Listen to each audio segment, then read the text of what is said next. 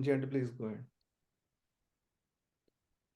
हाँ जी, राम राम जी, सबको राम राम। आज हम लोग अपना नया चैप्टर शुरू करने जा रहे हैं, नाम की महिमा। इससे शुरू करने से पहले मैं आप लोगों से एक अनुरोध करना चाहती हूँ कि जो लोग भी इसको बाद में सुनते हैं यूट्यूब के ऊपर, तो प्लीज अपने कमेंट्स जरूर दें। और या अगर आपको पसंद नहीं आ रही तो डिसलाइक वाली जो वो है उसको जरूर करें, लाइक और डिसलाइक जरूर करें, जिससे कि हमको पता लगे कि हमको अपने प्रोग्राम में क्या क्या सुधार करना है, ताकि हम सभी लाभान्वित हो सकें। तो मेरा ये आपसे एक अनुरोध है, नहीं पसंद आए तो जरूर अपने कमेंट लिख के हमें बताइए और डिसलाइक वाली बटन को दबाइए। हाँ जी, डिसलाइक वाला बटन को दबाने के लिए प्लीज जस्टिफाई जरूर कर देना कि क्या इसके अंदर आप इम्प्रूवमेंट चाहते हो, क्योंकि constructive feedback is always very important for us. और अगर आप डिसलाइक को बटन दबा रहे हैं तो प्लीज मेक श्योर कि उसका ये जस्टिफिकेशन आप प्लीज कमेंट के अंदर जरूर लिखें। या और लाइक वाले का जब आप दबाएंगे तो उससे थोड़ा हमको प्रोत्साहन मिलता है। हम सभी भाई बहन जो भी इसमें जुड़े हुए हैं वो सभी थोड़ा प्रोत्साहित होके और आगे बढ़ने की कोशिश करते हैं। तो ऐसा हमारे विचार है। अब हम लोग शुरू करते हैं, नाम की महिमा। हाँ जी। नाम की महिमा। नाम तो जिस दिन से हम लोग राम शरण में आए हैं, ये नाम की ही महिमा को गा रहे हैं, इसी को सुन रहे हैं, इसी को पढ़ रहे हैं। यही हमको गुरुओं ने अपना नाम का एक वरदान दिया हुआ है, जिसको हम सीढ़ी की तरह से पकड़ के या अपने आगे बढ़ने की कोशिश कर रहे हैं। नाम जो है, इसकी महिमा का क्या गान किया जाए। हारे ऋषि मुनि कर ध्यान, वो भी नहीं कर पाए पूरा इसको। और बड़े बड़े पुराणों में, वेदों में, हमारी रामायण पूरी इनके नाम की महिमा से भरी पड़ी है।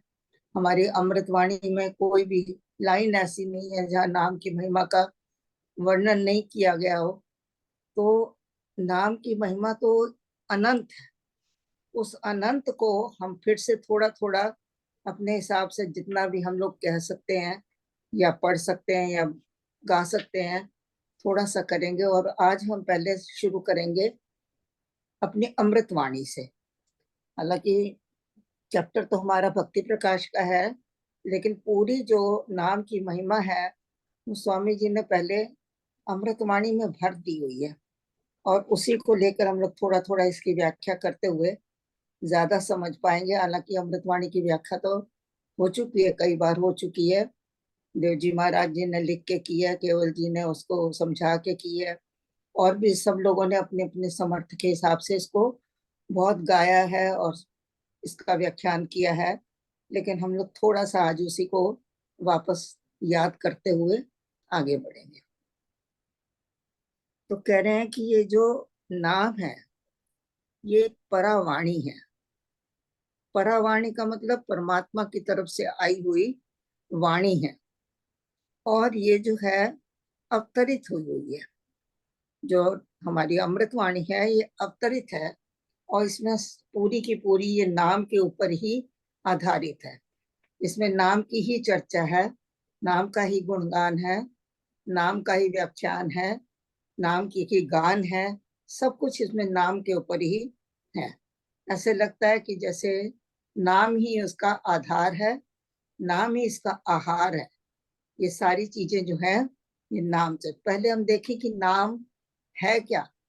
ये तो बहुत बार बताया गया है, देव जी महाराज जी ने तो बहुत बहुत इसकी व्याख्या करी है कि नाम जो है ये एक वाचक वाच्य सूत्र है।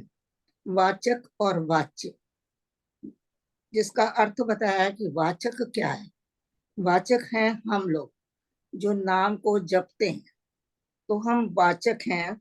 और वाच्य क्या है, इसमें आप वाचक जो है नाम को भी ले सकते हैं। जो नाम है वो मंत्र रूप भी है और नाम रूप भी है। इसको आप मंत्र भी कह सकते हैं, इसको आप नाम भी कह सकते हैं, शब्द भी कह सकते हैं।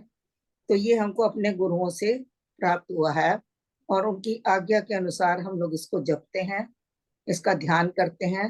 इसमें लीन होते हैं, इसका गान करते हैं। तो कह रहे हैं कि जो वाचक है ये है नाम, और जो वाच्य है वो परमपिता परमात्मा, सर्वशक्तिमान, एकैव अद्वितीय परमेश्वर, परम पुरुष, दयालु, जो हमको ये सारा, उसके ये सारे गुण हैं, ये है परमात्मा। तो इस वाचक से हमको वाच्य तक पहुंचना है। वाचक जो है ये एक बीज रूप है, और वाच्य जो है ये वृक्ष रूप है। इस बीज से हमने उस वृक्ष को तक पहुंचना है, पनप पनप कर, धीरे धीरे, ऋतु संयोग की तरह से इसको पालना है, पोसना है नाम को, और नाम से ही हम आगे तरक्की कर पाएंगे। इसी का हमको विचार करना है। और वो कह रहे हैं कि जो नाम है ये सूत्र रूप में है। अब सूत्र क्या होता है? असली सूत्र का अर्थ तो है धागा। जैसे मन के जो है वो धागे में पिरोए होते हैं। अगर अंदर धागा ना हो तो उन मनकों को कोई भी होल्ड करने वाला नहीं है। उसका मनकों का जो आधार है, अवलंबन है, वो सूत्र है। इसी तरह से हमारे पूरे जीवन में जो आधार है वो है हमारा नाम। परमात्मा के नाम का जो आधार है यही एक सबसे बड़ा सूत्र है। अब इसी नाम की व्याख्या करके इतने बड़े बड़े ग्रंथ लिखे गए हैं, इतने बड़े बड़े पुराणों ने, उपनिषदों ने इसकी गान करी है। लेकिन सूत्र क्या है? सूत्र जो होता है वो एक बहुत छोटे, आप लाइन में या शब्द में कह सकते हैं। व्याख्या तो आप उसको जितनी भी बड़ी करना चाहें कर सकते हैं। तो जो सूत्र होता है असली, तो वो सूत्र ही होता है। जो भी हम ग्रंथ पढ़ते हैं उनमें सूत्र दिए गए हैं। नारद सूत्र हैं, शिव पुराण सूत्र हैं, शिव के सूत्र हैं। इस तरह से पहले वो सूत्र देते हैं कि सूत्र का मतलब है कि ये आधार है, ये सार है। पूरे ग्रंथों का सार निकाल के एक छोटे से रूप में दे दिया जाता है। तो इसी तरह जो हमारा नाम है, राम नाम, ये एक सूत्र है, और इसी के अंदर हमारा पूरा जीवन पिरोया हुआ है।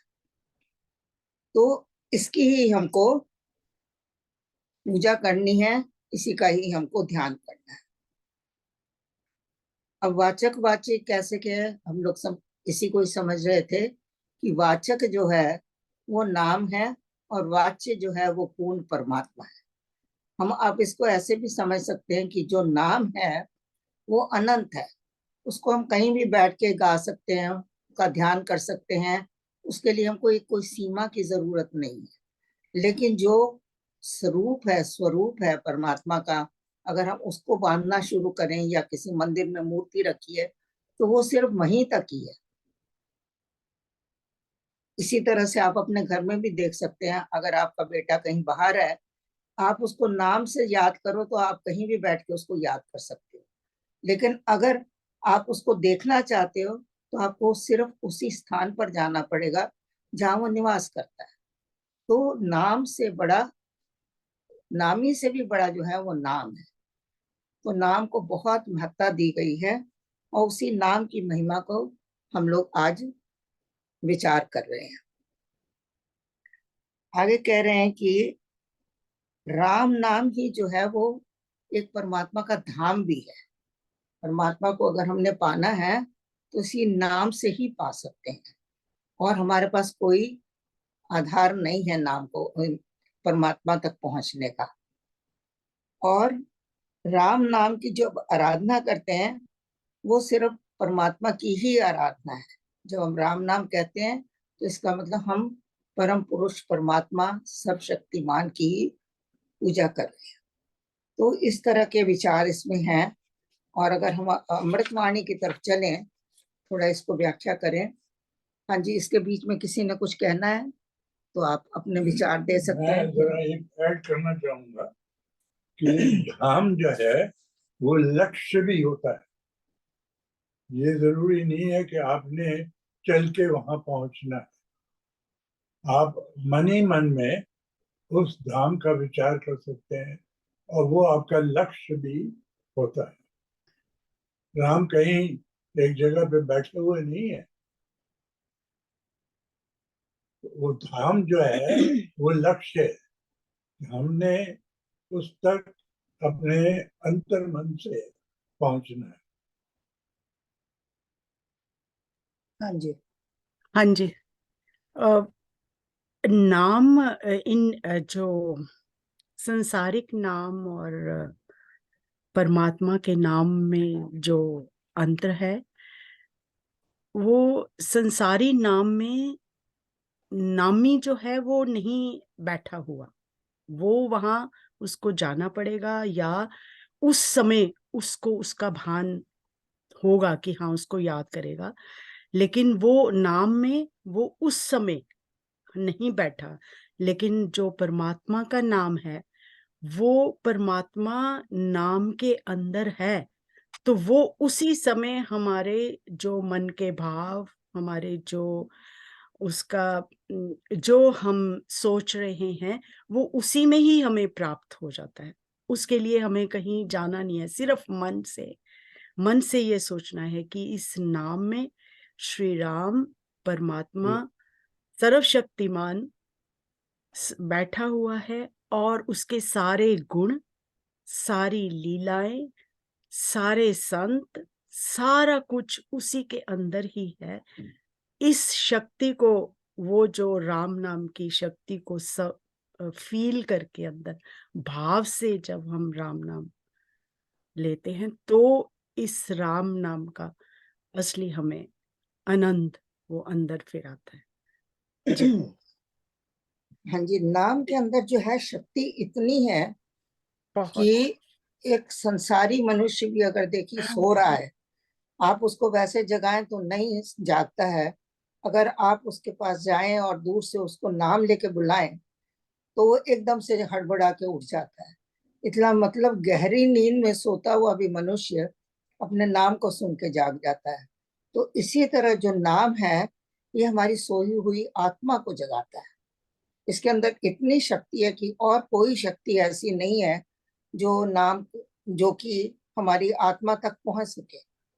आत्मा तक पहुंचने के लिए एक नाम की शक्ति ही ऐसी है जो कि इसको झंझोड़ देती है, और इसकी सोई हुई जो वो है गुण अवस्था है इसके हम लोग अवस्था संसार में जब रहते हैं 3 गुणों से ये जब माया ढक जाती है और उसके प्रभाव में आके इसका अपना स्वरूप को भूल जाती है, तो उस स्वरूप को वापस याद कराने की शक्ति जो है ये नाम करता है।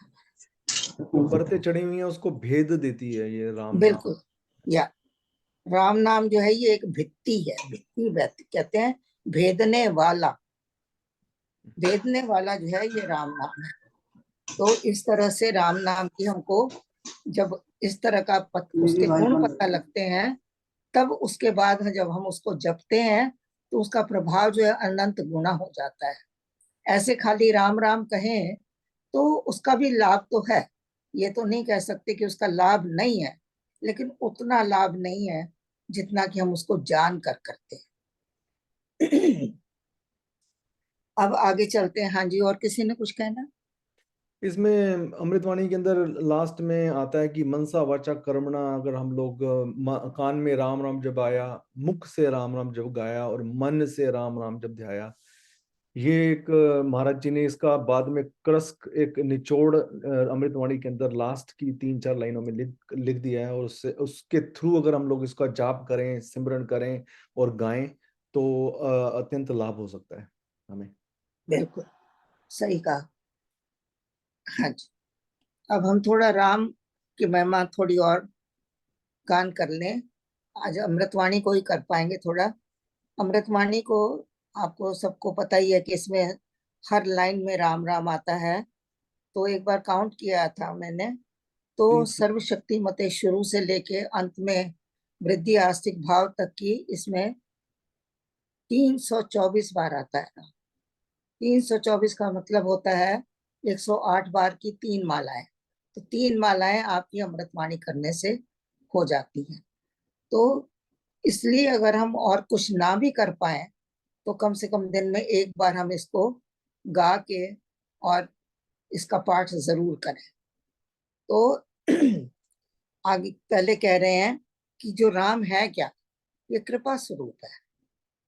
कृपा जन पावन है, जन का कल्याण करने वाला है, ये ज्ञान देने वाला है, आनंद देने वाला है, और ये तारक मंत्र है, हमको भव सिंधु से पार करता है। संसार रूपी जो हमारा हम भव सिंधु में फंसे हुए हैं, उससे हमको पार करता है। और वाचक वाच्य तो अभी हमने कहा कि ये वाचक और वाच्य है दोनों।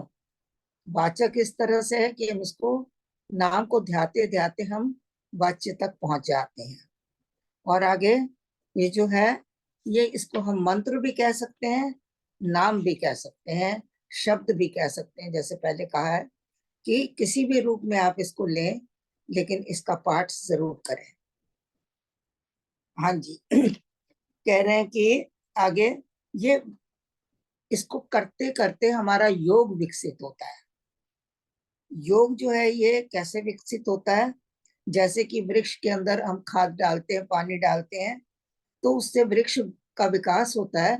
इसी तरह के नाम से, नाम जब जपते जपते ये विकसित होता है, आगे बढ़ता जाता है। नाम हमको हमारी आत्मा की परतों को खोलता है, उन हमारे अवगुणों को दूर करता है, तब इसकी शक्ति का हमें भान होता है। इससे पहले हमें इसका पता नहीं लगता है कि ये हमारे अंदर क्या कर रहा है। ये कहते हैं कि जब इसको हम जपते हैं तो इस तरह से कार्य करता है कि जैसे आप नल खोलते हैं, एकदम से पानी आ जाता है, उसी तरीके से राम के जपते ही कृपा तो अवतरित हो जाती है। वो बात अलग है कि कई बार हम उसका अनुभव नहीं कर पाते हैं, क्योंकि हमारे अंदर पूरी अज्ञानता जो है वो भर भर के कूट कूट के भरी हुई है, जिसके कारण जो है हम उसका कई बार अनुभव नहीं कर पाते हैं। पर जैसे ही मुंह से राम निकलता है, वैसे ही परमात्मा की कृपा का अवतरण शुरू हो जाता है।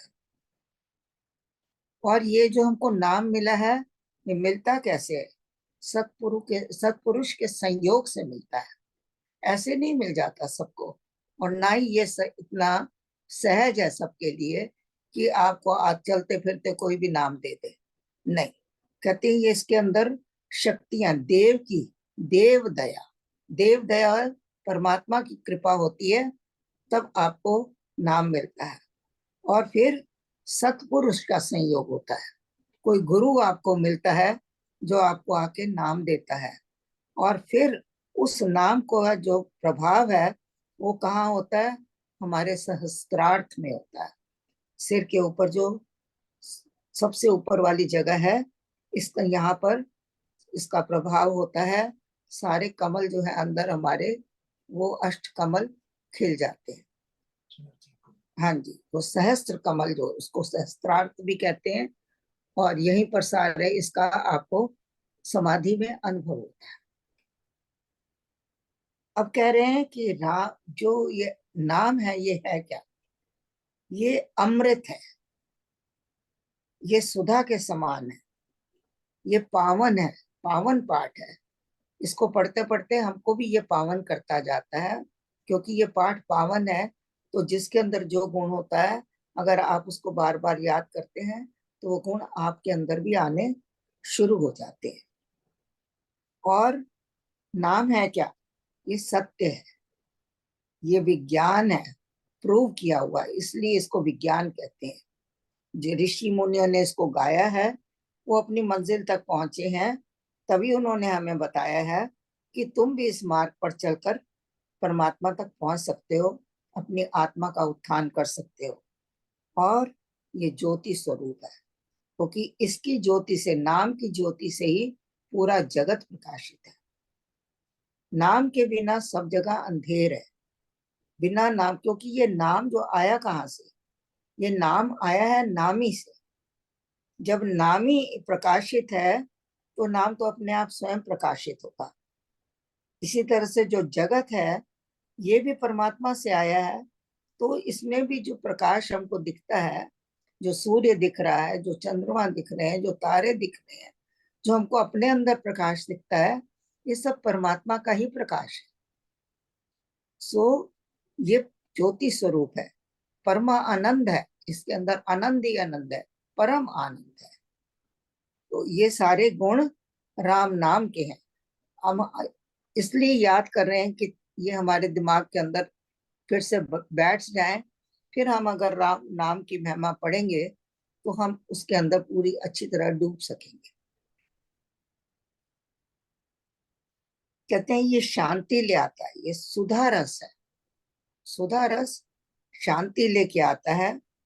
और इसको जपने के लिए कहते हैं कोई भी विधि अपनाइए, सुविधा सुविधि बने बना। चाहे कोई भी विधि लेके इसको आप अपनाइए, और लेकिन इसको जरूर से जरूर इसका पान करिए, इसको गाइए, इसको ध्याइए, इसको सुनिए, सब कुछ करिए। इसको करने से क्या होता है कि सारे संकट दूर हो जाते हैं और हमारे सारे कार्य सिद्ध हो जाते हैं। कारक सब अनुकूल का मतलब क्या है कि हमारे सारे कार्य सिद्ध हो जाते हैं। और ये जो राम नाम जपना है एक शुभ कर्म है, सुकृत है ये। और इसको जपने से क्या होता है, जितने भी हमारे अंदर के दुष्कर्म है वो सारे कट जाते हैं और हम शुचितर हो जाते हैं। शुचितर मतलब शुद्धतम हो जाते हैं। शुद्ध से शुद्धतर, शुद्धतर से भी शुद्धितम हो तक हम पहुंच सकते हैं कि इतना हमारा अंतरात्मा शुद्ध हो जाता है। कहते हैं अगर ये हमारे अंदर जब जागृत हो जाता है, पहले शुरू में तो खाली हम इसका भजन करते हैं, फिर धीरे धीरे जागृत होता है तो हमारे जितने भी भ्रम हैं, जितने संशय हैं, वो सब कट जाते हैं, दूर हो जाते हैं। फिर इंसान जो है वो पूर्ण काम हो जाता है। और फिर इसी तरह से करते करते वो एक दिन भव सागर से पार हो जाता है। कहते हैं कि राम नाम के अंदर पूरी शक्ति समाई हुई है, सुख समाया हुआ है, ज्ञान समाया हुआ है। ये खाली एक चीज का नहीं है, ये कई चीजों का मिश्रण है। राम नाम के अंदर अनंत गुण है और जिसमें से कि मुख्य है शक्ति है, ज्ञान है, सुख है। इसको करते ही हमको आनंद मिलता है, हमारा जीवन सुखद हो जाता है। स्वामी जी आगे ये भी कह रहे हैं कि जहां तुम्हारे माता पिता काम नहीं आ सकते, जहां तुम्हारा धन काम नहीं आता, अंत समय में तुम्हारा सिर्फ राम नाम ही तुम्हारा सहारा बनता है। और इसी राम नाम के सहारे से ही तुम अपने जीवन से मुक्त हो सकते हो। और ये जो हमारा संगी साथी है, ऐसा साथी है कि किसी भी परिस्थिति में ये हमको अकेला नहीं छोड़ता है। कितनी भी हम लोग घोर विपदा में क्यों ना हो, जहां हमको चारों तरफ अंधकार दिख रहा हो, कोई हमको ज्योति की कोई किरण ना दिखती हो, अंदर में ऐसा लगता हो कि बस this is the last moment for me, उस वक्त आपको जो राम नाम है यही एक आपका अवलंबन होता है। कहते हैं जब भी आपके ऊपर कष्ट आए, दुख आए, तकलीफ आए, तो इसको साथी बना के अपने साथ रखो और इसका जाप करो। ये आपको उसी वक्त ही आपका कल्याण करेगा, आपको शांति देगा, आपको धैर्य देगा, आपकी कुचिंता को दूर करेगा और आपके अंदर चिंता का नाश करके चिंतन को भर देगा। आप अच्छे अच्छे विचारों से भर जाएंगे और सोचेंगे कि मेरा जीवन क्यों हुआ, कैसे हुआ, कहाँ से आया, कहाँ जाना है। इस तरह के विचार आपको आत्मा के जगाने वाले अंदर स्फुरित होने लगेंगे और ये राम नाम का ही प्रभाव है।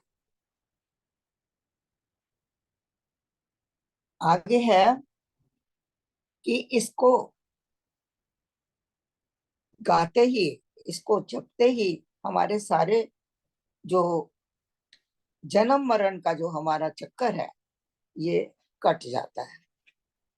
और ये पक्की बात है कि इस पर अगर हम विश्वास रख के इसको जाप करें, इसका पाठ करें जैसा कि हमें बताया गया है, तो ये हमारे लिए कल्याणकारी है, मुक्तिदाता है। कह रहे हैं पूरा जगत जो है राम नाम के बिना एक असार है, फोक है, जिसका कोई सार नहीं रह जाता। जो क्योंकि पूरा जगत जो है राममय है, इसीलिए हमको ये सुंदर लगता है, इसीलिए हमको प्रिय लगता है, इसीलिए हमको इसमें सार दिखता है। तो ये सारी चीजें जो है ये राम नाम का ही प्रभाव है। राम नाम से हमारे अंदर संयम आता है, साधन आते हैं, हम कर्म करते हैं, सुंदर कर्म करते हैं। और ये राम नाम जो है ये सुख रास क्यों कहा गया है इसको, इसका अभ्यास करते करते ये हमारे चारों तरफ सुखों का पूरा संसार फैला देता है। चारों तरफ हम अपने आप को सुखी और सुरक्षित महसूस करते हैं। तो ये राम नाम की सारी महिमा है। और राम नाम को उन्होंने बीज अक्षर बताया है। ये शक्ति कोश है, इसके अंदर अपार शक्ति है, अपार शक्ति है। और इसी शक्ति को हमको जागृत करना है राम नाम से। और ये बीज है, जिस तरह से एक बीज से अगर बो दें तो उसके बाद जो वृक्ष निकलेगा उसमें अनंत बीज आ जाते हैं। इसी तरह से एक राम नाम से हम कई लोगों को जगा सकते हैं, कईयों का उद्धार कर सकते हैं, अपना तो कर ही सकते हैं। बीज रूप में जब हम इसको विकसित करके वृक्ष तक पहुंचाते हैं, फिर उसके अंदर जब फल लगते हैं, फिर बीज आते हैं, फिर उनका उपयोग करके जिस तरह से फिर संसार में आगे उत्पत्ति होती है, उसी तरह से ये राम नाम भी काम करता है। ये चेतन है, ये हमारे अंदर जो शरीर और आत्मा की ग्रंथि को काटता है और क्या करता है, परमात्मा को हमारे सामने प्रकट कर देता है। राम लीला की खिल फुलवारी, ऐसे ये प्रकट कर देता है। हाँ जी, इस बीच किसी को कुछ कहना है? हम लोग अमृतवाणी की काफी व्याख्या कर चुके हैं, आधी से ज्यादा हो चुकी है। जरा जो आपने अभी एक्सप्लेन करा है कि बीज रूप में ये जैसे बीज रूप में होता है, पेड़ होता है, फिर औरों को भी कर सकता है, इसको जरा दोबारा से करेंगे प्लीज? हाँ जी, ये देखिए ये बीज रूप है। हमको जो भी मिला है अपने गुरुओं से ये वरदान, ये उन्होंने हमें वृक्ष करके नहीं दिया है, उन्होंने हमें बीज रूप में दिया है कि अपनी साधना से तुम इसको विकसित करो। उन्होंने राम नाम दिया है, ये जो छोटा सा बीज है इसको हमने बोना है। कहाँ बोना है? अपने हृदय में अंदर, अपने अंतःकरण में बोना है और उसको जप जप कर विकसित करना है। इससे क्या है कि हमारा योग जो है वो ऊंचाइयों पर चढ़ता है। जैसे बीज को पनपने के लिए समय लगता है, इसी प्रकार जो है इस योग को साधते हुए समय चाहिए, पेशेंस चाहिए, और इसमें हमको लगे रहने की लगन चाहिए। ये नहीं है कि आज करें कल छोड़ दिया, फिर कभी कर लेंगे, फिर थोड़ा, नो। इसके अंदर हमको पूरी तरह से लगना पड़ता है, तब जाके ये विकसित होता है। और जब इसका विकास हो जाता है तब ये हमारी आत्मा की जो है आत्मा तक हमें पहुंचाता है और हमारे आत्मा के पूरे गुण हमारे में प्रकट हो जाते हैं। जैसे ही आत्मा में हमारे गुण प्रकट होते हैं और हम पूर्णता को प्राप्त कर लेते हैं, तो वो पूर्णता फिर आपको कहती है कि भाई अब तुमने पा लिया, अब तुम्हारा कर्तव्य है कि तुम औरों को भी इसका बोध करो। इसका बोध कराने से ये होगा कि आप जन कल्याण की भावना से फिर औरों के कल्याण में लग जाते हैं। स्वयं भी अपने साधन करते रहते हैं, उसको छोड़ते नहीं है, लेकिन उसके साथ साथ आप दूसरों के कल्याण की भावना भी करते हैं। जैसे भक्त की भावना में अभी हमने पढ़ा, उसमें भी यही आता है कि धीरे धीरे साधक जो है अपनी स्वार्थ से हटकर परोपकार में लगता है। परोपकार में लग के वो अपने जीवन को भी सफल करता है और औरों के जीवन को भी सुंदर बनाने की कोशिश करता है। तो ये बीज रूप है। इसका जो एग्जाम्पल जैसे केवल जी हैं या आप, जैसे आप चाहते हो कि ये जो आपके अंदर वो उसका परमात्मा का नाम ने जो अंदर बीज रूप में वो पनप रहा है वो सबको मिले। तो इसलिए अब जो मुझे समझ आ रहा है कि जितना इस पे हम परिश्रम करेंगे वो सिर्फ अपना ही नहीं, बाकी जो परिवार और उससे भी ज्यादा सबका उसके अंदर राम जी जो है वो आगे आगे आगे आगे आगे आगे उसको मल्टीप्लाई होता जाता है। करने जी, वाला यही करवाने आप वाला समझ। वही है जी। आप सिर्फ आप भाव रख सकते हो, मैं क्योंकि सिर्फ सिर्फ वो हाँ, एग्जाम्पल के तौर से मैं समझना चाह रही हूँ, इज दैट नहीं ठीक जो आपने कहा, लेकिन कभी ऐसा विचार इस तरह से तो नहीं आया कि भाई हाँ हमने बहुत ज्यादा हम किसी का जन कल्याण कर रहे हैं, अपना ही कल्याण नहीं है अभी, लेकिन नहीं हाँ आप भावना नहीं कर रहे, जरूर है। लेकिन राम जी जी इस ऑटोमेटिकली होता है। या जैसे हम खुश होते हैं, या हम कहते हैं खुशी बांटे, तो चलो जैसे हाँ। अपने आप वो उसका मतलब यही है जो आप समझा रहे हैं, राइट? ओके, एक चीज मैं जी और ऐड करूं, जल, रज और ऋतु हमारे इस राम नाम के जाप में कहाँ मिलेगी? जल है, आप बैठ के उसका जाप करें। रज है, सत्संग में जाएं, सत्संग के साथ रहें। ऋतु कि आप हर समय उसका ध्यान करें। इस तरह से आप आगे बढ़ते चले जाएंगे। आपका एनवायरनमेंट ऐसा बन जाएगा कि आप राममय हो जाएंगे। तो जो जल, रज, ऋतु हम अपने सामने देखते हैं कि जब तक जल और रज प्रॉपर नहीं मिलेगी, पेड़ विकसित नहीं होगा। इसी प्रकार अगर हम बैठ के जाप नहीं करेंगे, सत्संग में नहीं जाएंगे, अच्छे लोगों का संपर्क नहीं होगा, तो इसको बढ़ने में बहुत समय लगेगा। पर अगर हम इन तीनों चीजों का ध्यान करते हुए आगे बढ़ने की कोशिश करेंगे तो ये बड़ा फलीभूत होगा। इसका उदाहरण स्वामी जी ने यहाँ भी दिया है कि इस नाम में सुरति सुर रमाते। कौन? जो ऋषि मुनि है, जो ध्यानी ज्ञानी है, वो इसमें स्वर साधते हैं। आप स्वर के साथ साध कर अपना ध्यान को ऊपर की तरफ खींच के ले जाते हैं। देव देवीगण दैव विधाता, राम राम भजते गण त्राता। कि जितने देव हैं, जितने देवी हैं, ये जितने भी इनका समूह है, सभी परमात्मा का नाम को ध्याते हैं। सो नाम में शक्ति, इसीलिए वो ध्याते हैं। वो भी कोशिश करते हैं, वो भी चाहते हैं कि हमको मानव जन्म मिले और हम परमात्मा के नाम को जप जप कर अपने जीवन मरण से मुक्त हो। क्योंकि देव देवीगण जितने भी हैं वो भी मुक्त नहीं है, वो पुण्य कर्मों से अभी अपने देव लोक में हैं। लेकिन जैसे ही उनके पुण्य कर्म खत्म हो जाएंगे, वो वापस मृत्यु लोक में ही आएंगे, इस पृथ्वी लोक पर ही आएंगे। तो कहते हैं कि इसके साधन कितना, कीर्तन करते हैं, स्वर संगीत से राम को रिझाते हैं, कीर्तन कथा करते हैं, और सार सरस संग साधनवान।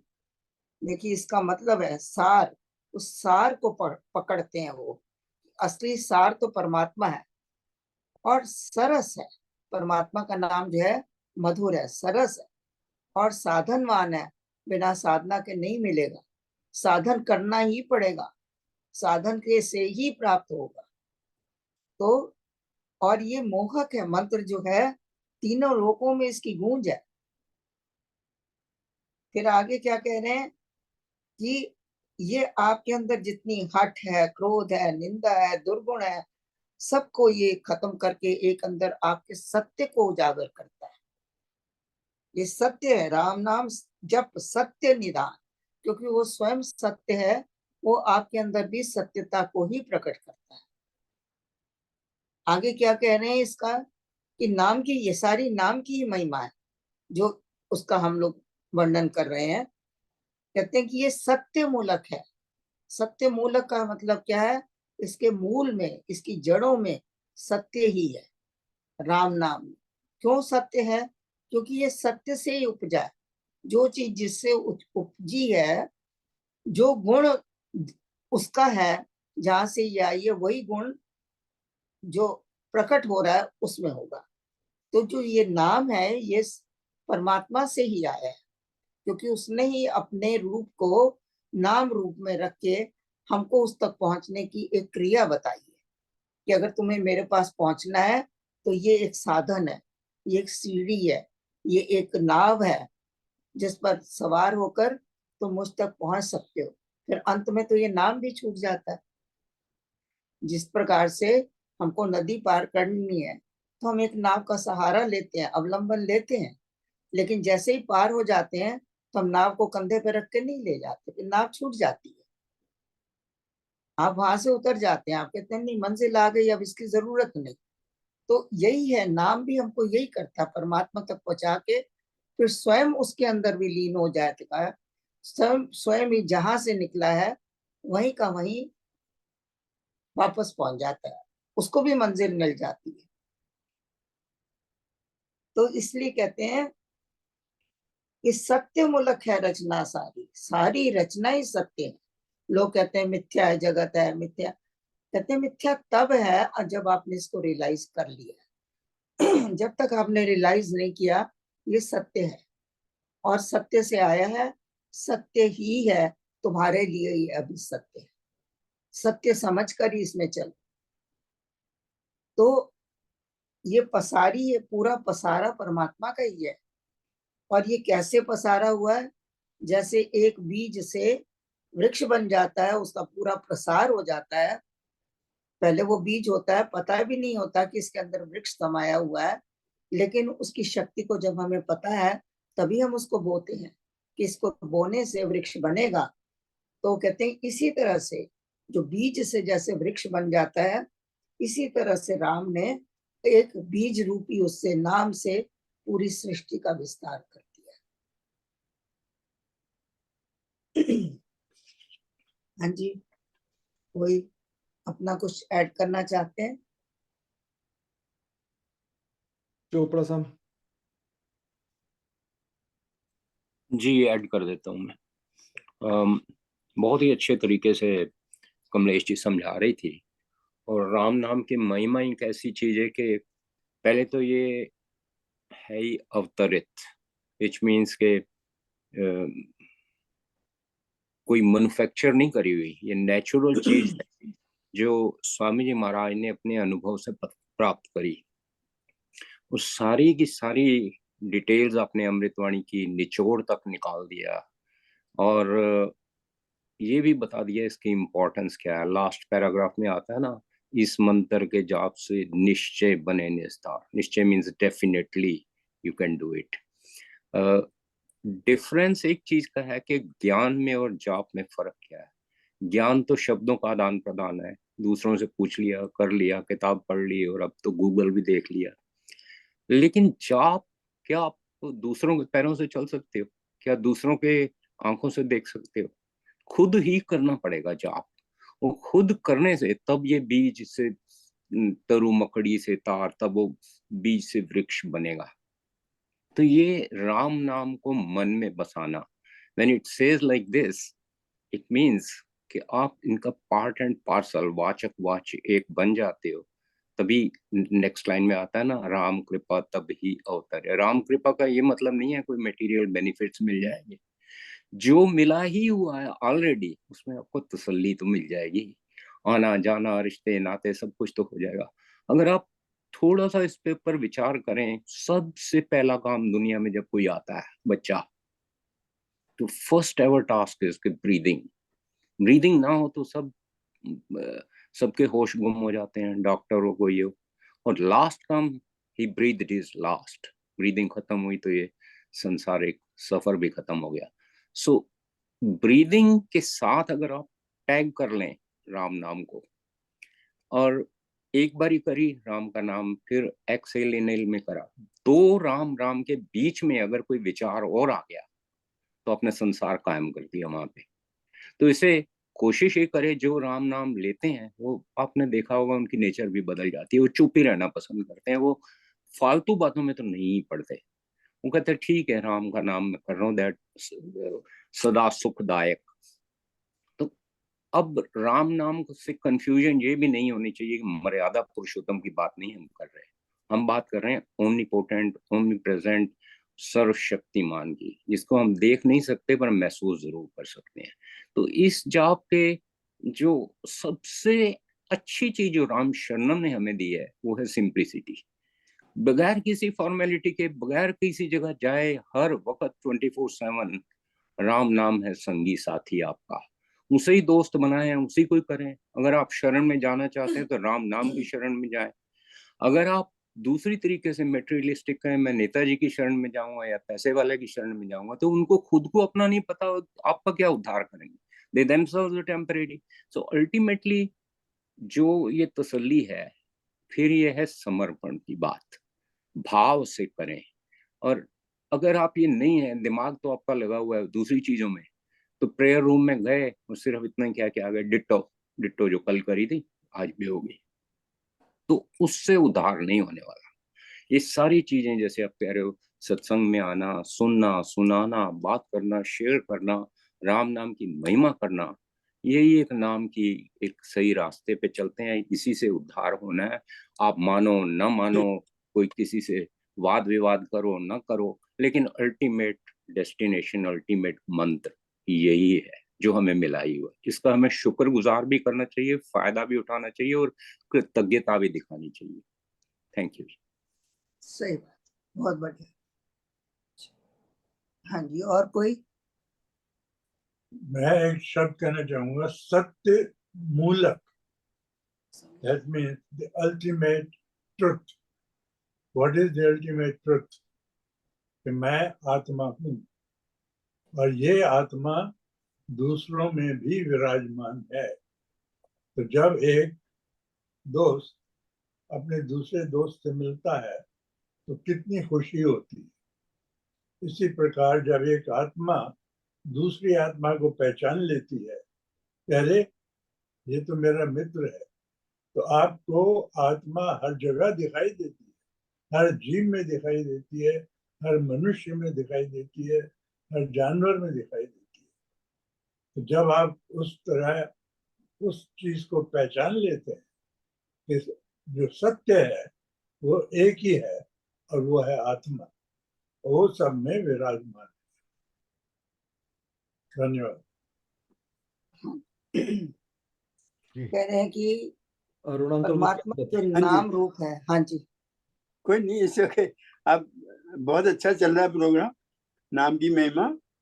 ये जो एक नाम योग के बारे में हम बात कर रहे हैं, जो नाम योग का मतलब जो है वो मैं जो समझता हूँ, जो मेरे विचार में जो समझ आती है कि नाम की हमें पहले तो स्थापना करनी पड़ती है। नाम की स्थापना हम कैसे करते हैं? जैसे हमें अपने हृदय गर्भ के अंदर ही ये बीज, नाम की बीज का डालना पड़ता है। हृदय गर्भ तक पहुंचने के लिए हमें घट मंदिर का, जैसे केवल जी ने बड़ा अच्छा बताया था कि how to reach there, to put that name. ये माला का जपना जो है, माला का नाम ये कहाँ पर रखना है, इसको कहाँ स्थापित करना है, इसका आपको उदाहरण मिलेगा अभी प्राण प्रतिष्ठा में, राम मंदिर में। इसमें हिरण्य गर्भ का दिखाया जाएगा। इसमें आप बड़े ध्यान से देखें, मैं तो बड़े ध्यान से देखना चाहता हूँ कि वो कैसे वो नाम प्राण प्रतिष्ठा करते हैं। प्राण प्रतिष्ठा मीन्स नाम प्रतिष्ठा। मैं समझता हूँ कि जो मेरे दिमाग में बात चल रही है कि नाम, ये जो प्राण प्रतिष्ठा होने जा रही है, एक तरह से नाम प्रतिष्ठा होने जा रही है हमारे दिलों में, हमारे अंदर आत्मा हमारी गुहा है, हमारा अंतःकरण में एक गुहा है। गुहा के अंदर पहुंचने के लिए हमें उसकी विधि है। विधि के लिए हमें घट मंदिर का प्रयास, उसकी साधना, उसका हमें जो प्रयास है वो हमें उसके रास्ते पे चलना पड़ेगा, हमें वहां पर पहुंचना पड़ेगा। नाम लेने के लिए बहुत ताकत चाहिए एक, उसके अंदर ये जो हमारी जो शक्तियां हैं कि जो हमने पढ़ी, भक्ति, कर्म, ज्ञान, भक्ति, तीनों एक के साथ, एक के समर्पण ये सब एक साथ चलेंगी। इनका इसमें समन्वय करके ही इस, कर सकते हैं, बिल्कुल ठीक कह रहे हैं अंकल। हाँ जी। इसको इस नॉट इजी टू नाम जपना। नाम नाम का कहते हैं नाम सबसे औखद काम है। It's not easy. हम समझते हैं कि बहुत नाम ले लिया, जप लिया, शोर कर लिया। इस नॉट नाम जपना का है, विधि है, इसकी विधि भी है। इसको पहले तो हमें अपने नाम को स्थापित कैसे करें, ये उसको कर पहले नाम योग की हमें महिमा जब बाद में पता लगेगी, जब हम नाम योग एक तरह से नाम को कैसे हम अंदर कैसे स्थापित करें, क्योंकि हमसे बिसरे ना कभी। ऐसा नाम स्थापित हो कभी दृष्टिकोण से अगोचर, हमें अगोचर हो ही ना, हमारे सामने ही रहे, आंखों के सामने ही रहे। हमारे दिल और दिमाग जो है इसका पूरे तरह से संक्रमण, वो दोनों का एक तरह से समन्वय होना पड़ता है। इसके लिए सुदेश बहुत आंटी, मेहनत चाहिए। सुदेश आंटी कुछ कहना चाह रहे हैं।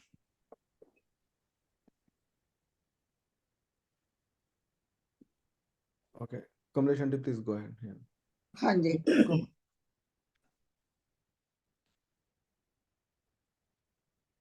हाँ जी कमलेश आंटी प्लीज। हाँ जी, कह रहे हैं कि राम नाम को हमने भाव से ही जपना है, इसमें भाव प्रधान है।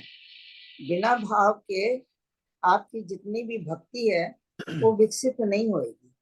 जितने भी नाम आप जपेंगे उसके विकास के लिए भाव का होना बहुत जरूरी है। और भाव से जब हम जपेंगे तो हमारे ये जितने भी पाप हैं, जितने त्रिताप है, 3 तरह के हमारे ताप हैं, आध्यात्मिक ताप है, कोई शारीरिक ताप है, कोई भौतिक ताप है, इन सारों से हमको छुट्टी मिल जाएगी। और कह रहे हैं कि जिसकी शरण कोई नहीं है, जिसका अवलंबन कोई नहीं है, अशरण बंदा है, जिसके पास कोई सहारा नहीं है, उसकी शरण जो है वो सिर्फ परमात्मा ही है। वहीं जाकर उसको विश्राम मिलेगा। अशरण शरण है राम विश्राम। तो हमको वहीं पर ही जाके एक अपना विश्राम मिलने के लिए हमको उसी अवलंबन को पकड़ना होगा।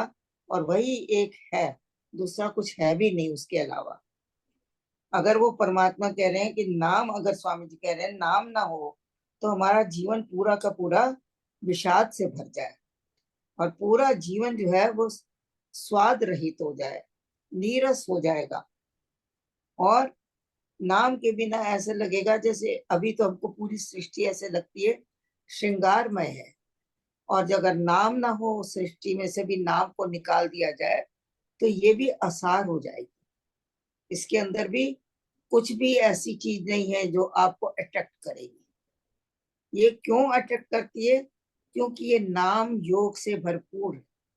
नाम से ही बनी हुई है ये सृष्टि, नाम से ही प्रकट हुई है, नाम में ही पूरी समाहित है। इसलिए ये हमारे लिए जो है बड़ी एक आकर्षण का कारण है। और ये जो है पूरे जगत में ज्योति जो है, जितना भी प्रकाश है वो सिर्फ नाम से ही है। जगत का जीवन जानो राम, जग की ज्योति जाजोल मान। कि पूरी जो ज्योति, हमारा पूरा जगत प्रकाशित है वो सिर्फ नाम की महिमा से है। नाम के बिना जगत में कुछ भी आपको मोहित करने वाला नहीं है। अब ऐसे लगेगा जैसे कि एक मृत शरीर पड़ा हुआ है जिसके अंदर जान नहीं है। शरीर तभी तक अच्छा लगता है जब तक वो चलता फिरता उसके अंदर जान हो, तभी तक वो अच्छा लगता है। मृत शरीर किसी को नहीं भाता, हर कोई चाहता है कि इससे दूर हो। तो ये सब नाम की महिमा है कि नाम के दीपक के बिना सब जगह अंधेर ही अंधेर है। हम इसको बहुत जल्दी जल्दी कर रहे हैं, मतलब इसमें बहुत ज्यादा इसकी व्याख्या नहीं कर रहे हैं, सिर्फ याद दिलाने के लिए कि नाम में क्या क्या है, नाम हमारे साथ क्या कर सकता है, क्यों हमें नाम जपना चाहिए, क्यों हमें नाम मिला है, नाम हमारे को कहाँ तक ले जाएगा। सिर्फ उन्हीं चीजों को याद करने के लिए हम लोग इसका एक तरह से अध्ययन कर रहे हैं। आगे बता रहे हैं कि इसको चलते फिरते हर वक्त याद करते ही रहना चाहिए।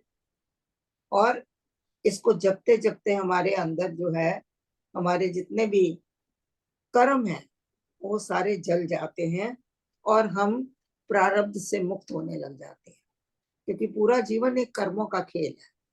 बिना कर्म के यहाँ और कुछ नहीं है, कर्मों की गति से ही हम लोग यहाँ पहुंचे हैं। फिर दूसरा जन्म भी लेंगे तो उसमें भी कर्म ही साथ आएंगे। तो इन कर्म बंधों को हमने समाप्त करना है, इनको काटना है। कहते हैं कि अगर आपके जीवन से राम नाम निकल जाए तो आपके जीवन में दुख ही दुख रह जाएगा। ये राम नाम ऐसा है जैसे कि एक पारसमणि होती है। पारसमणि क्या करती है, उसके पास जो भी आता है और लोहे को वो सोना बना देती है। तो उसके अंदर ये गुण है। तो ये राम नाम जो है, हम जैसे लोहे के बंदे जो कि अंदर कोई गुण नहीं है, उसको गुणी बनाने के लिए, उसको सोने जैसा बनाने के लिए ये नाम ही है जो हमारे अवगुणों को दूर कर सकता है और हमें एक सुंदर दिशा दे सकता है। हाँ जी, ये हमारे सारे अज्ञान को हर लेता है, मोह को हरता है और आनंद देता है उसकी जगह पर। तो ये राम नाम की अपार महिमा है।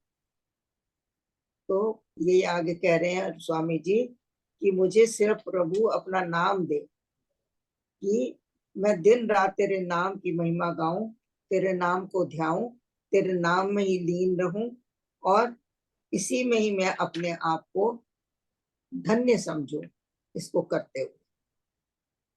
बस यही इसका सार है। और अंत में जो है इसको औषध बताया है।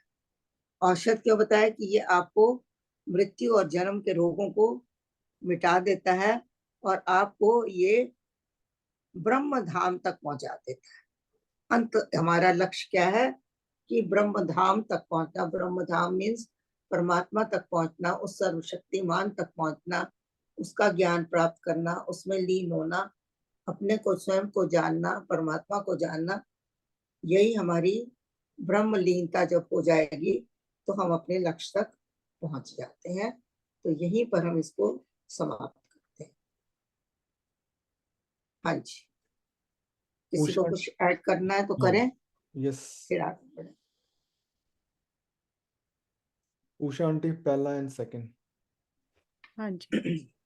वंदना करिए सतगुरु जी को, सतगुरु जी को हृदय कमल से। उत्तम नाम अनाम का, राम नाम सुखकार।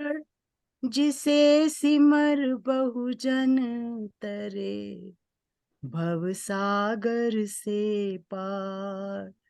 नाम सदा आराधिए, वृत्ति वचन लगाए।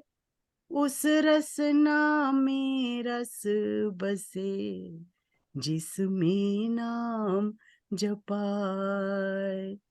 उस रसना में रस बसे, जिससे नाम जपाए। हाँ जी, शुरू करते हैं। किसी को अगर इसके बारे में कुछ कहना हो तो कह सकते हैं, नहीं तो फिर हम आगे बढ़ेंगे। चलिए मैं बोलती हूँ। उत्तम नाम अनाम का। देखिए यहाँ पर तो स्वामी जी ने नाम की महिमा को 1-2 पेज में ही कह दिया है, लेकिन असली जो उन्होंने उसका विस्तार किया है वो सिर्फ अमृतवाणी में किया है। अमृतवाणी में तो ऐसे जैसे कि राम पूरी समुद्र को, उन्होंने कहते हैं ना, पूरे सागर को गागर में भर दिया है। तो अगर हम इसका ही पाठ कर लें तो हमारे लिए बहुत ही उत्तम होगा। पर अब हम इनके स्वामी जी के शब्दों की तरफ ध्यान देते हैं और देखते हैं वो क्या कह रहे हैं। कि उत्तम नाम अनाम का। अनाम कौन है? जिसका कोई नाम नहीं है, उसी के सारे नाम। उत्तम नाम अनाम का। ये जो परमात्मा का जो नाम है, राम नाम जो है, ये है तो अनाम, क्योंकि इस पे ऐसे ऐसे नाम तो अनेकों अनेकों हैं। उसी एक अनाम का एक नाम जो है वो है राम। उसी को आप ओम कह सकते हो, उसी को आप शिव कह सकते हो, उसी को आप और भी अनेक नाम दे सकते हैं। तो लेकिन उसको अनाम कहा है क्योंकि उसके नामों में अनंतता है। उसको आप गिन नहीं सकते हैं, उसको समझ नहीं सकते हैं। तो इसलिए कह रहे हैं कि वो तो अनाम है, जिसका कि कोई नाम नहीं है, और कोई नाम भी नहीं है, और सारे नाम भी उसी के ही हैं। तो राम नाम सुख का, जो राम नाम है वो सुखों का देने वाला है, सुखों को करने वाला है। और ये नाम की महिमा का पहली लाइन है कि जब हम उसके नाम को गाते हैं, उसके नाम को ध्याते हैं, उसके नाम को पढ़ते हैं, तो सबसे पहले तो क्या मिलता है हमको? अंदर में सुख का अनुभव होता है। सुखदा है शुभा कृपा। तो उसकी जो कृपा आती है वो सुखद लगती है। उसका अनुभव जब होता है तो वो ऐसे लगता है कि जैसे किसी ने आपको समेट लिया है, अपने अंदर समेट लिया है।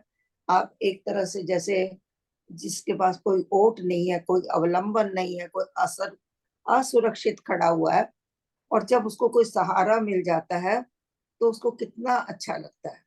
तो वही है कि जब हमको नाम मिल जाता है और उस नाम को हम करने लगते हैं, तो सबसे पहले तो हमें सुख की अनुभूति होती है। फिर उसके आगे, जिसे सिमर बहु जन तरे भव सागर से, कि जिसको नाम को सिमर सिमर कर कितने ऋषि मुनि, कितने ज्ञाता, कितने योगी, कितने ध्यानी ज्ञानी सब तर गए हैं, भव सागर से पार हो गए हैं। उन्होंने संसार को जीत लिया है और वो परमात्मा में जाके मिल गए हैं। तो ये सब नाम की महिमा है, इसी के कारण हुआ है। इसके अलावा कोई और उपाय नहीं था। तो इसीलिए कह रहे हैं स्वामी जी, नाम सदा आराध्य। नाम को हमको हमेशा आराधन करते ही रहना है। और आराधन भी कैसे करना है? वृत्ति वचन लगाए। अब ये जो वृत्तियां हैं, हमने कहा कि हमारे अंदर अनेकों अनेकों अनेकों वृत्तियां हैं। और ये कहाँ रहती हैं वृत्तियां? चित्त के अंदर रहती हैं। चित्त के अंदर जब वृत्तियां हैं तो चित्त एक सागर के समान, जैसे सागर में उछाल आती रहती है, लहरें उठती रहती हैं, गिरती रहती हैं, इसी तरह हमारे अंदर एक वृत्ति का जाल फैला हुआ है। वृत्ति जगत है जो कि चित्त के अंदर है। और वो एक वृत्ति खत्म होती है तो दूसरी आ जाती है, दूसरी खत्म होती है तीसरी आती है। तो अब इन वृत्तियों को हमको शांत करना है, क्योंकि पतंजलि जी ने भी कहा है कि जैसे ही वृत्तियां शांत होंगी, वही तभी हमारा योग हो सकेगा। वृत्ति निरोधी योग है हमारा। तो वो कह रहे हैं कि इन वृत्तियों को शांत करके और वचन लगाए। वृत्ति में हमने मन को जोड़ना है, क्योंकि मन का ही खेल है जो वृत्तियां जो है हमारे अंदर चित्त के अंदर पैदा करता है। जहां मन नहीं है तो वहां वृत्ति नहीं है। तो इसलिए वो कह रहे हैं कि मन को भी काबू करना है। वृत्तियों को खत्म करने के लिए नाम में हमको वचन भी लगाना है, अपना वाणी से भी बोलना है नाम को। ऊंचे ऊंचे भी कभी बोल के हम लोग कर सकते हैं। जब हमारा ध्यान बहुत भटकता है, इधर उधर जाता है और हम उसको कंट्रोल नहीं कर पाते हैं, तो ये भी बताया गया कि आप खड़े होके उसको वाणी से जपिए और चलते फिरते जपिए। अगर आपको नींद आ रही है, आप बैठ के कर नहीं पा रहे हैं, आपकी वृत्ति नहीं जुड़ रही है परमात्मा की तरफ, तो आप खड़े होके जपिए, चलते फिरते जपिए। तो वो जो वृत्ति है उसको शांत करने का तरीका बता रहे हैं कि वृत्ति में अपने मन को लगाना, मन को शांत करना है। फिर राम नाम में अपने वचन को लगाना है, और वचन को लगाकर फिर अपने नाम को आराधिए, और उस रसना में रस बसे जिसमें नाम जपाए।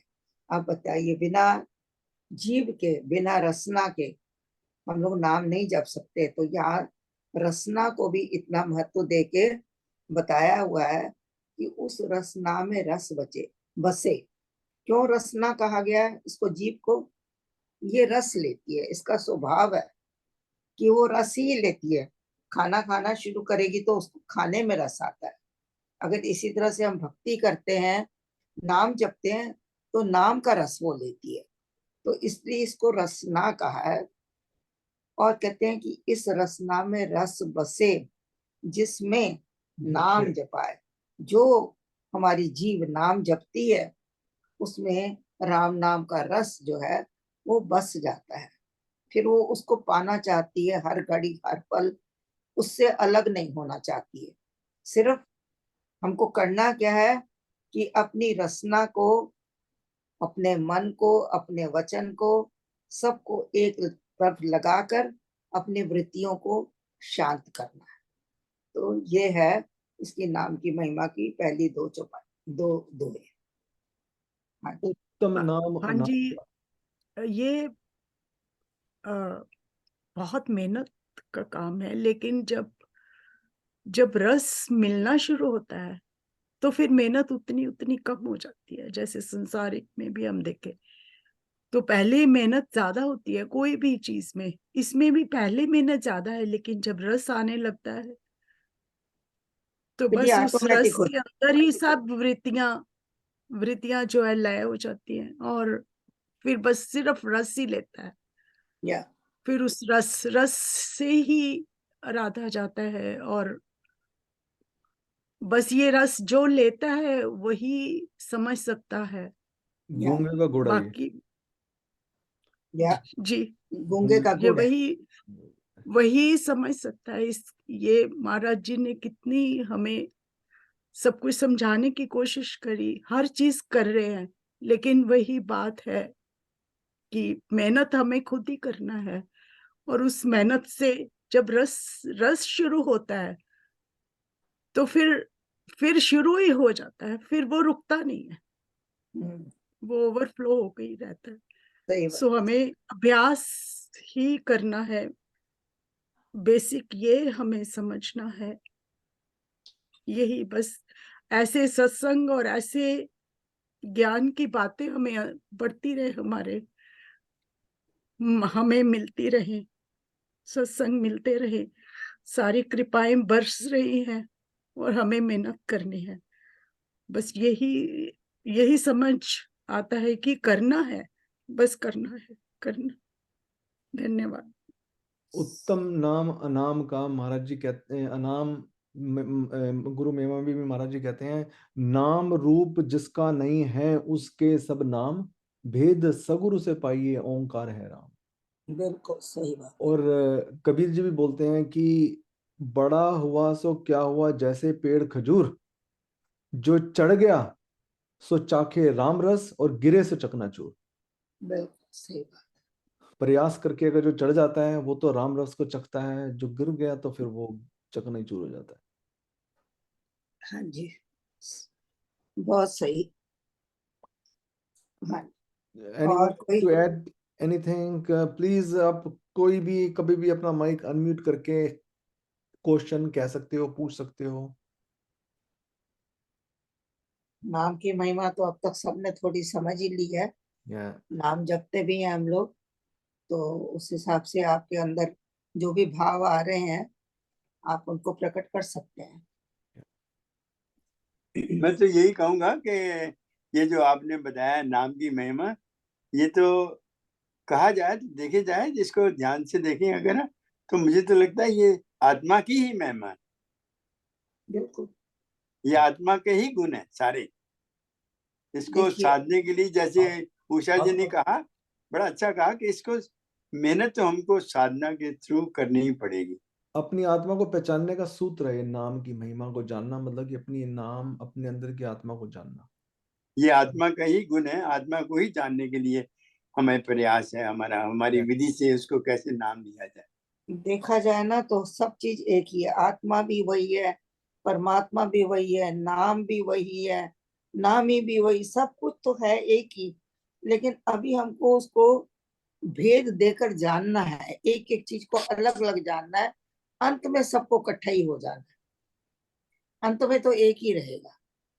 लेकिन उसको जानने के लिए अभी हमको इतनी डिफरेंट डिफरेंट प्रक्रिया से गुजर कर जानना है कि देखिए भक्ति क्या है, लगन क्या है, नाम की महिमा क्या है।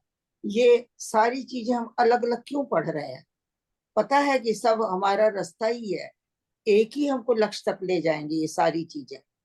लेकिन जब तक हमको इनका महत्व पता नहीं होगा तो हम इसको जानेंगे कैसे?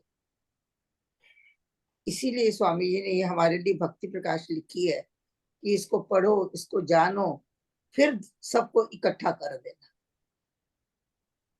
इसके साथ साथ हमें आई थिंक शरीर का भी ज्ञान थोड़ा बहुत होना चाहिए, हमें विधि का भी थोड़ा सा ज्ञान मिल जाए या हो जाए तो उसका भी काफी हमें सहायता मिल सकती है कि हमें विधि क्या, कैसे उसको बैठना है, कैसे उसको नाम लेना है, किस तरह से अपनी साधना करनी है, किस तरह से आसन है, नियम है, यम स्वामी नियम जी है। ने इसके बारे में लिखा हुआ है, घट मंदिर, घट मंदिर काया में के था। साधन है घट और मंदिर मन के साधन है। इस तरह एक एक चीज को अलग अलग उन्होंने बताया है बालाजी ने बताया। कि किस तरह मन को साधना है, कैसे अपने काया को काया। साधना है, काया किस को- तरह से आपने ये नाम जपना है।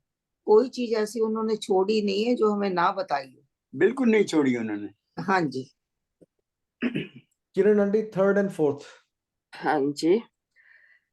महिमा महासुनाम की मुनिगण पाए न पार, ज्ञानी ध्यानी योगी जन गए कथन में हार।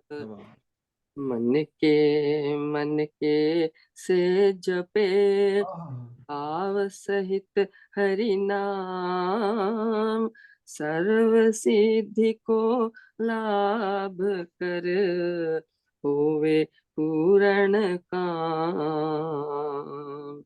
मन के से जपे भाव सहित हरि नाम, सर्व सिद्धि को लाभ कर होवे पूरन काम, सर्व सिद्धि को लाभ कर होवे पूरन काम। जय श्री राम। क्या बात है आंटी, ब्यूटीफुल। महिमा महा सुनाम की, कहते हैं कि ये जो महिमा इस नाम की है ये महान है, बहुत अनंत है। जिसको क्या है महा का मतलब यहाँ पर एक्सप्लेन करना मुश्किल है अत्यधिक। कि कितनी महान है। एक तो होता महान कह दिया, उसका अर्थ अलग है, लेकिन महान को एक महसूस करना कि इसकी महिमा कितनी है, कि ये हमको कहाँ तक ले जाती है, उसको अगर हम ध्यान में रखें कि जहाँ कोई शक्ति नहीं जा सकती, जहाँ कोई मतलब कृपा तक नहीं पहुंच सकती, जहां पर हमको नाम लेके जाता है। क्योंकि कृपा भी बाद में आएगी, नाम पहले आएगा, नाम के बाद कृपा का अवतरण होगा। तो इसलिए वो कह रहे हैं कि अगर जैसे स्वामी जी ने महा लिखा है तो उस महा को हम महसूस करें। महिमा महा सुनाम की, जो नाम है, अब उस नाम की महिमा को अगर हम थोड़ा देखें कि ये क्या है, क्यों हमें नाम दिया गया है और इसका क्या हमारा जीवन में महत्व है, तब तो इसका तो पार कोई पा ही नहीं सका। कहते हैं हारे ऋषि मुनि जन ध्यान लगा के, लेकिन वो भी पार नहीं पा पाए। तो कहते हैं कोई मुनि गण नहीं पा पाए, ध्यानी ज्ञानी योगी सभी जिन्होंने जितना पाया उतना वो कह भी नहीं पाए, गए कथन में हार। उन्होंने जो पाया उसको कह नहीं पाए। पहले तो उन्होंने पूरा पाया ही नहीं, क्योंकि परमात्मा की जो सृष्टि है वो अनंत है, परमात्मा की कृपा अनंत है, परमात्मा के नाम अनंत है, परमात्मा का जो अपना स्वरूप है वो अनंत है। उस अनंत तक नहीं कोई पहुंचा, लेकिन जितना भी उन्होंने पाया उसको भी वो कहने से बच गए। कहते हैं हम कह नहीं पा रहे, हमारे पास शब्द नहीं है, हम कैसे बताएं कि हमने क्या पाया। कह रहे हैं मन के से जपे। 2 बार देखिए मन के लिखा हुआ है। एक बार मन लिखा हुआ के अलग है, दूसरा जो है मन के है वो इकट्ठा है। तो इसका मतलब क्या है? मन एक जगह, मन से इसका मतलब है एक जगह है मन का, मन को मन का बना लो। मन का क्या होता है? जैसे हम राम नाम की माला जपते हैं तो एक एक जो मोती आता है उसको मन का कहा जाता है। तो कहते हैं कि मन को जो है उसको मन का बना के उसके ऊपर आप नाम जपे तो ये नियंत्रण में आ जाएगा मन। मन के से जपे। फिर आगे कह रहे हैं भाव के साथ, भाव सहित। हर जगह भाव को महत्व दिया गया है, लेकिन हम लोग जब भी पाठ करते हैं, कुछ करते हैं, इसी को हम भूल जाते हैं। पाठ तो कर लेते हैं लेकिन बीच में से भाव गायब हो जाता है। तो वो कह रहे हैं कि मन के से जपे। मन को एक माला बनाकर उसके मन के ऊपर अपना राम नाम को जपो और उसके साथ में भाव को जोड़ो। और तब उसके साथ में जब इस तरह के आपने एक योग साध लिया, फिर वो आपको क्या फल देगा? सर्व सिद्धियां दे देगा। को लाभ कर होवे पूर्ण काम, वो आपको पूर्ण कर देगा। वो नाम जो है आपको पूर्णता की तरफ ले जाएगा, सारी सिद्धियां आपको प्राप्त करवा देगा। आप पूरे के पूरे परमात्मा रूप बन जाएंगे। परमात्मा से मिलने के काबिल आपको वही होना पड़ेगा जो परमात्मा है, तभी आपका मिलना होगा। क्योंकि जब तक परमात्मा का रूप स्वरूप अलग है, हम अलग हैं, तो हम एक नहीं हो सकते। परमात्मा से मिलने के लिए परमात्मा के गुण अपने में लाने हैं, परमात्मा की तरह हमें बनना है, परमात्मा का स्वभाव अपने अंदर लाना है, तो जाके हम परमात्मा रूप बनते हैं। उसी को पूर्णता कहते हैं। इसीलिए यहाँ कहा है सर्व सिद्धि को लाभ कर होवे पूर्णता। तो ये हमको नाम जो है पूर्ण कर देता है, पूर्णता की तरफ ले जाता है, सारी सिद्धियों को लाभ कर देता है। लाभ का मतलब सारी सिद्धियां आपके चरणों में होती है। आप उसको ना यूज करें वो आपकी इच्छा है और करनी भी नहीं चाहिए। बड़े बड़े संत महात्मा यूज नहीं करते हैं, ऑटोमेटिकली उनसे चमत्कार हो जाते हैं। वो चमत्कार करने के लिए नहीं बैठे। तो ये सारी सिद्धियां जो है उनको मिल जाती हैं। और ये सब सिद्धियों को अगर कभी यूज करते भी हैं तो जन कल्याण के लिए, अपने लिए नहीं, स्वार्थ के लिए नहीं, अपने आप को दिखाने के लिए नहीं, अपने आप को बड़ा दिखाने के लिए नहीं कि हमारे पास ये है, हमारे पास ये है, हम चमत्कार कर सकते हैं। इस तरह के भाव से वो सिद्धियों को यूज नहीं करते। तो ये इसका हमने सुना हुआ है कि हमारे प्रेम जी महाराज जी के जिसको भी हाथ लगाते थे या जिसको भी थोड़ा बहुत उनकी दृष्टि चली जाती थी, ऑटोमेटिकली उनके ऊपर चमत्कार हो जाते थे। सो ये इसका मन के से जपे। कबीर जी बोलते हैं कि माला कहे या काट की तू क्यों फेरे मोहे, मन से मन का फेर दे तो तुरंत मिला दूं तो है। बिल्कुल सही बात। या हाँ जी, किरण ये आप बता रहे हैं, मैं थोड़ी सी पूछना चाह रहा था। ये जो आपने कहा कि भावना, हमारे जितने भी अध्यात्मवाद है या आत्मा का ज्ञान में जो विषय चलते हैं उसमें भाव का बहुत बड़ा महत्व है। ये हमारी जो भक्ति है, भक्ति के साथ, भक्ति कैसे भाव, भक्ति का भाव, भक्ति का भाव का मतलब जो मैं समझता हूँ वो तो है डिवोशन।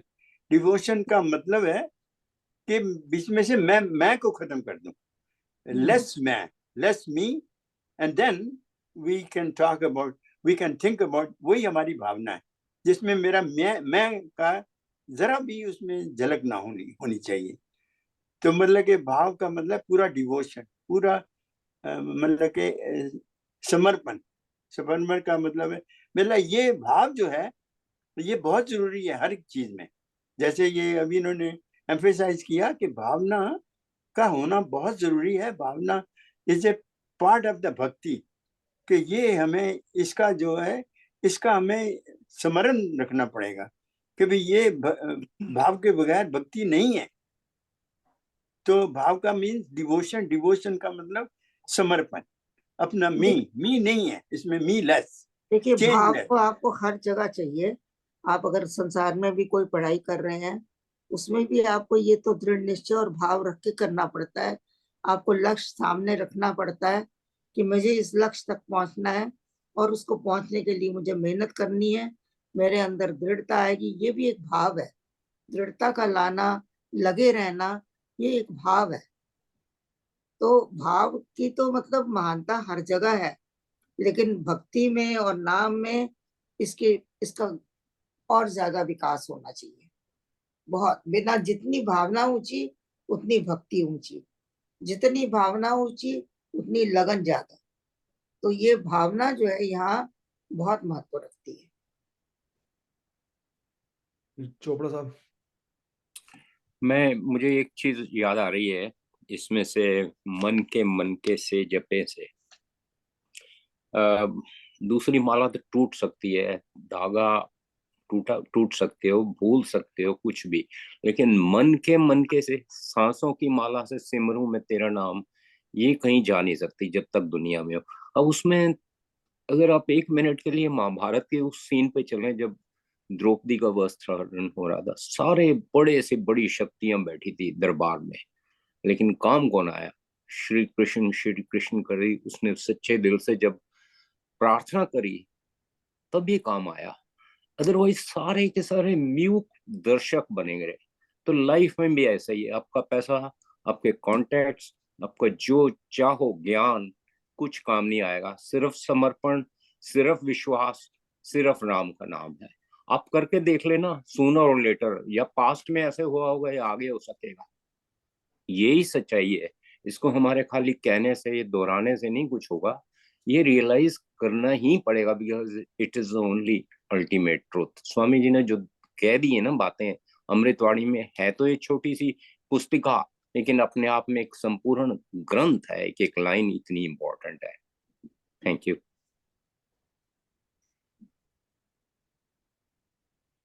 कोई और कोई कमेंट्स अपने कहना चाहता है? क्वेश्चंस, कोई किसी के क्वेश्चन है, कमेंट्स हैं?